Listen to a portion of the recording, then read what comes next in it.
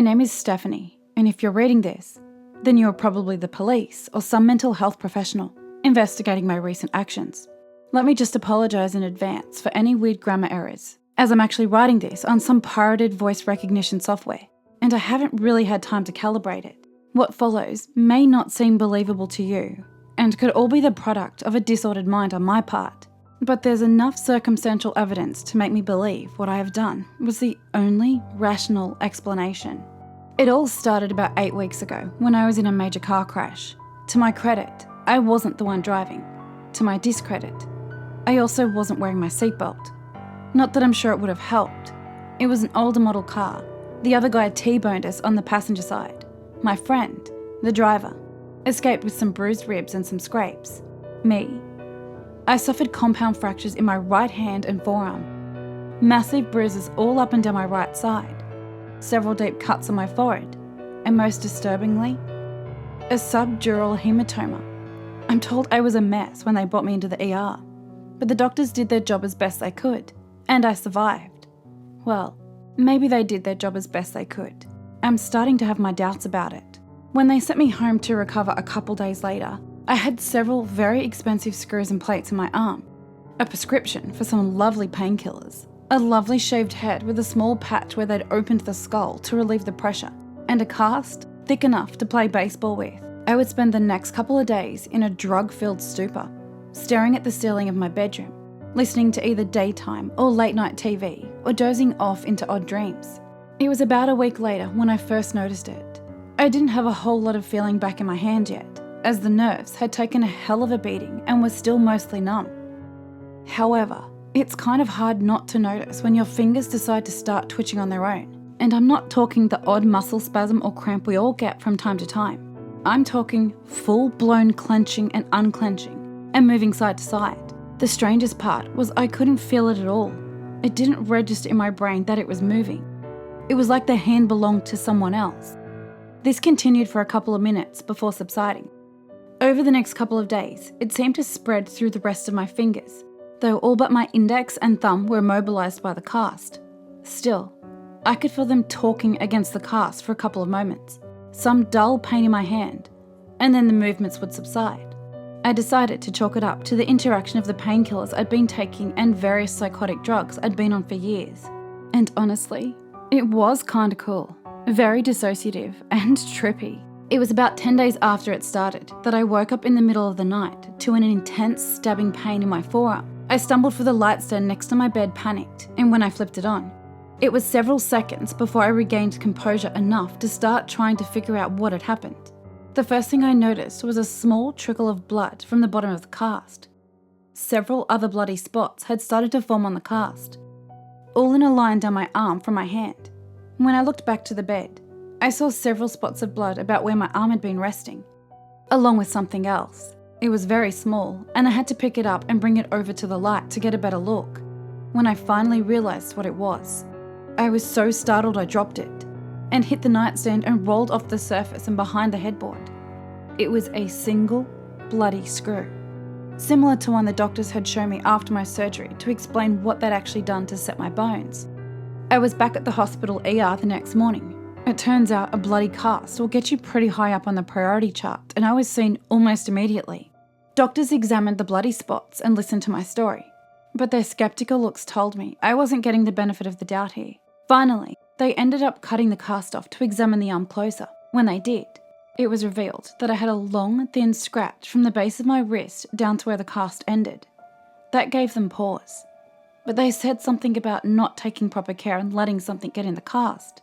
My story about the bloody bone screw was chalked up to a vivid dream brought on by the painkillers.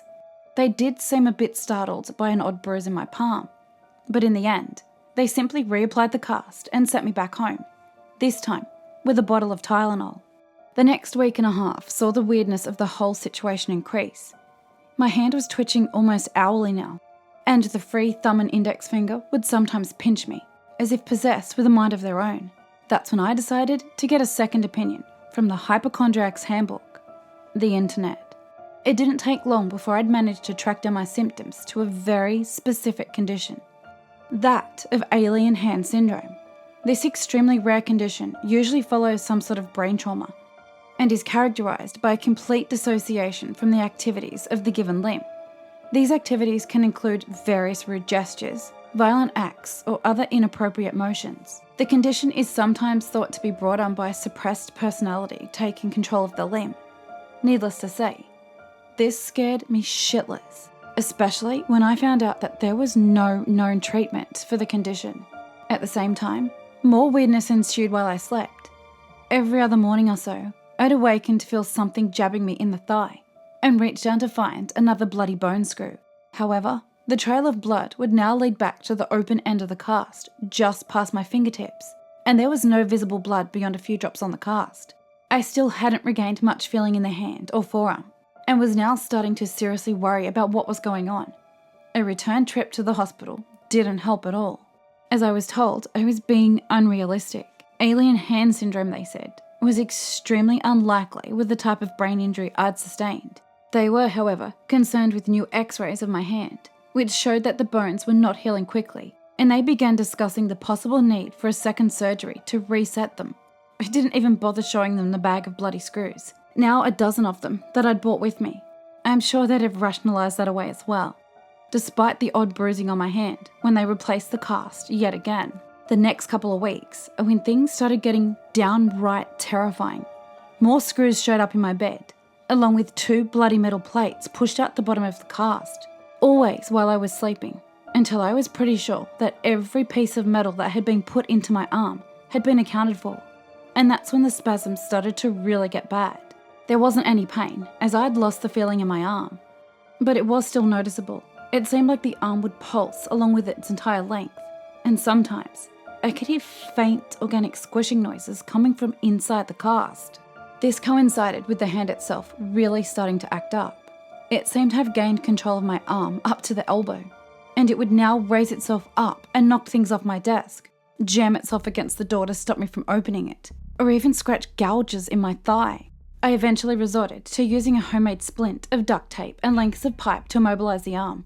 I'd cover the hand in several layers of socks to keep the exposed fingers from being able to find and bite the flesh between its nails. Oh, I'd forgotten about the nails.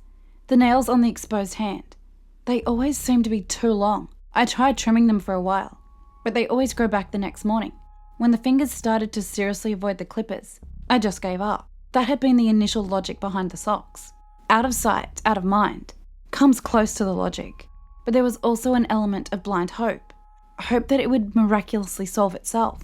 I couldn't maintain a normal sleep schedule anymore, thanks to the odd noises and spasms coming from my arm. I would often awaken after passing out somewhere in the house to feel the hand straining against its bonds. What was more worrying was that it seemed to be getting stronger.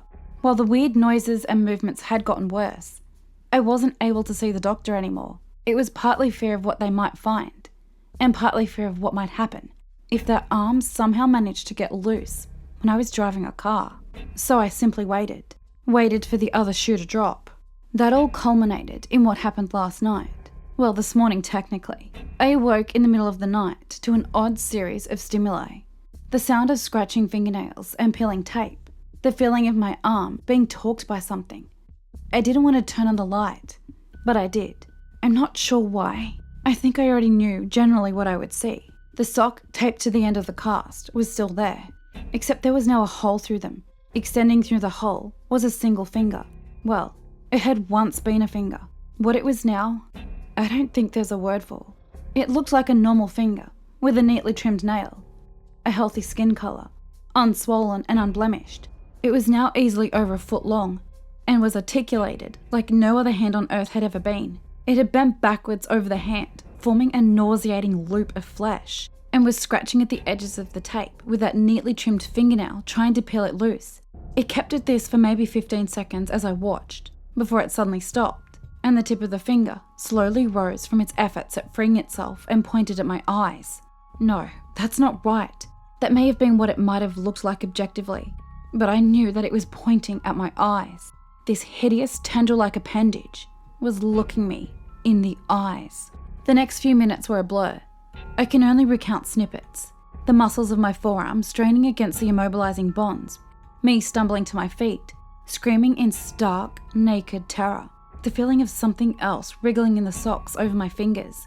the sound of fabric beginning to tear, me lurching across the room, stumbling and falling to the floor, the sight of rapid movement through the growing hole in the sock, my fingers on my remaining arm feeling something solid and heavy under their grasp. Another frenzied series of movements, and when time slowed down again, I was slumped on the floor, a heavy weight in my left hand, a screaming pain in my right. I looked down to find a heavy-duty mag light I kept on the side of my bed for nighttime emergencies clutched in my hand. Glancing down, I saw what I'd done. My elbow was bent at an odd angle, a series of heavy circular bruises visible where I'd used the butt of the flashlight to shatter it. The sock at the end of my arm was slightly bloody and I could feel a twitching mass inside. The one finger that worked its way out of the sock was writhing on the floor, several joints broken. I'd beaten my fingers to a pulp with the flashlight, but they still had life in them. I sat for a moment while I regained my wits. I ended up downing a couple of the remaining strong painkillers I had left, and by the time they'd kicked, I discovered that the tentacle finger had managed to pull itself back into the sock, even though I could still hear the viscous wet noises coming from inside the cast, and could hear the finger popping as they set the joints I'd dislodged. They're still at it. I've already had to whack them a couple of times with a hammer I grabbed from my toolbox while I've been dictating this. I also took a couple of swings at the elbow, just to be on the safe side. My arm probably would hurt like hell, but I don't think I can really call it my arm anymore. See, I think I know what happened. The doctors were right and wrong when they told me my type of injury was not correlated with alien hand syndrome.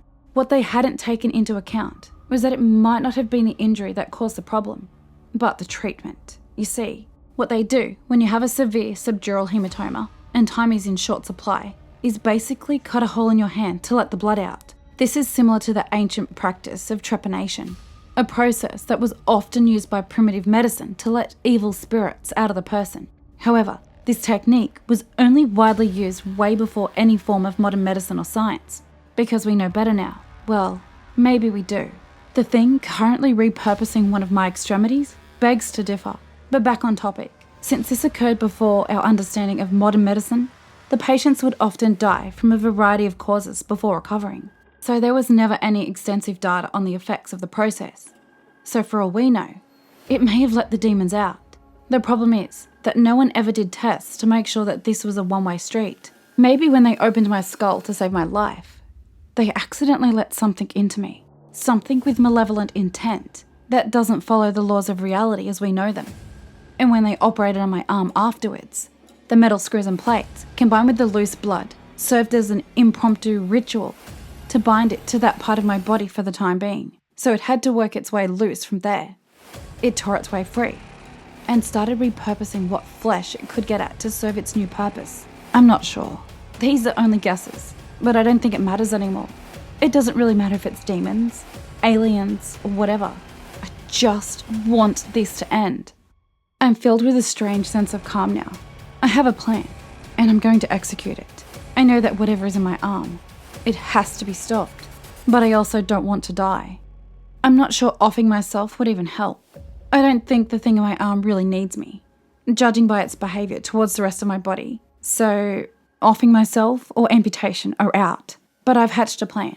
When I started telling this story, it was really just to kill time. When I do this, in order to survive, I need to make sure I'm somewhere people will see me and call for help right away. And that's what helped me arrive to the course of action I'm about to undertake. See, the county is doing some long overdue maintenance on the trees along my street. I can already hear them going at it a couple of doors down with chainsaws. What interests me though is another piece of equipment they brought with them that I can hear running. A large industrial grade wood chipper. If I'm lucky, I'll be able to tear myself free after it gets to my elbow. And if not, well, I won't ever have to remember what I've been through.